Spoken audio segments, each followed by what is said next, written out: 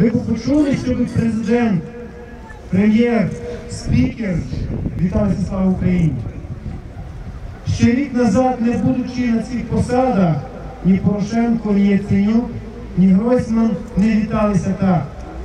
Ще рік тому назад, у цей момент, ми виходили на Майдані, і коли націоналісти віталися між собою «Слава Україні», або вітали присутніх із сцени «Слава Україні», нам казали, ну що ви знову провокуєте?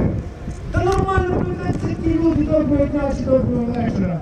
Бо є ж не тільки тут галичани, є з Харкова, з Одеси, з Донецька, а сьогодні і Харків, Донецьк, і Одеса. Всі разом вітаються «Слава Україні», не підозрюючи, що це суто бандерівське гасло, що на другому великому зборі ОУН Бондарівської у 1940 році воно було введене для вітання між націоналістами.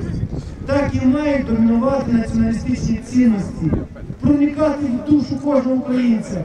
І не обов'язково наголошувати людям, які затроєні антибандарівською, антинаціоналістичною пропагандою, що це бандерівський принцип. Головне, щоб він жив. Не обов'язково сьогодні у кожну хату Донецького чи Львівського чи Луганської області занести портрет Бандери. Головне, що там жив дух Бандери. Затроєні московською пропагандою українці старшого покоління ще довго не зможуть відмовитися, або й не відмовляться від того, що їм прищепили.